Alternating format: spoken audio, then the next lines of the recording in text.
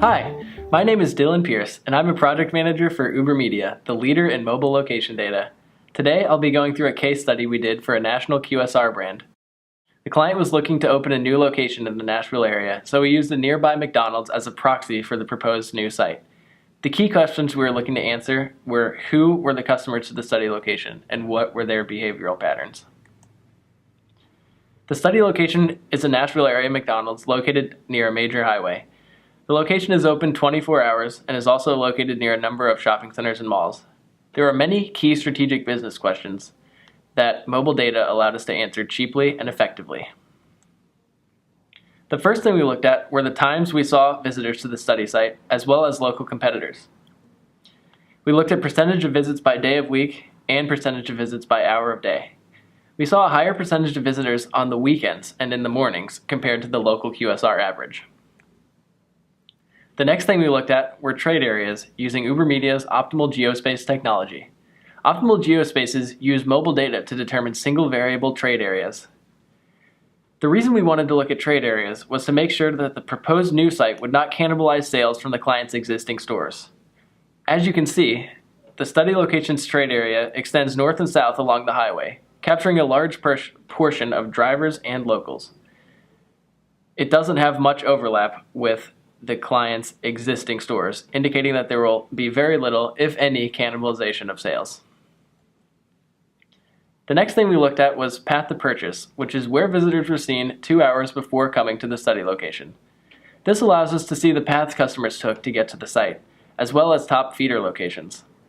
Nearby, the top feeder locations were grocery stores, gas stations, and QSRs, while farther away they were mostly malls and shopping centers. These customers are likely making a convenience stop for gas and food after shopping. The next thing we looked at were common evening locations, which is where devices are seen most often at night. This gives us a general idea of customers' home locations, but these location points are jittered to protect consumer privacy while still providing the accuracy needed for this analysis. Common evening locations were more dense to the southwest of the study location. The median distance of common evening locations to the proxy site was 11.37 miles, and 14.2% of customers live within 1 mile of the proxy site. We also mapped common evening locations to the top census block groups. The next thing we looked at was common daytime location, which is where devices are seen most often during the day. This gives us a general idea of where customers work.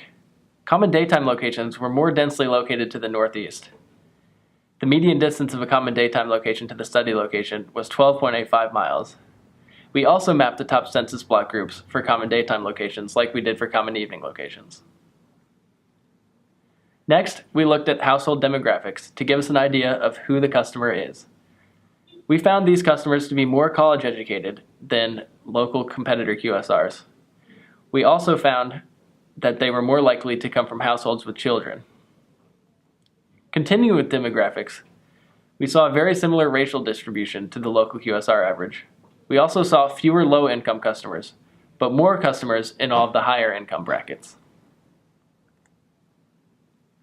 Finally, we looked at brand affinity, or how much more likely a customer is to visit a certain brand than the average Nashville resident. Local chain Pollo Tropical had the highest affinity, but there were also other national and regional chains with high affinities, like Panda Express, Zaxby's, and Popeyes. The conclusions mobile data allowed us to draw were that there was low trade area overlap with existing client stores. There were more visits than local competitors on weekends and in the early morning. Customers usually visit on a convenience stop after shopping, and customers have high affinities to regional QSR chains. In conclusion, we found the study location to be in a desirable location for expansion.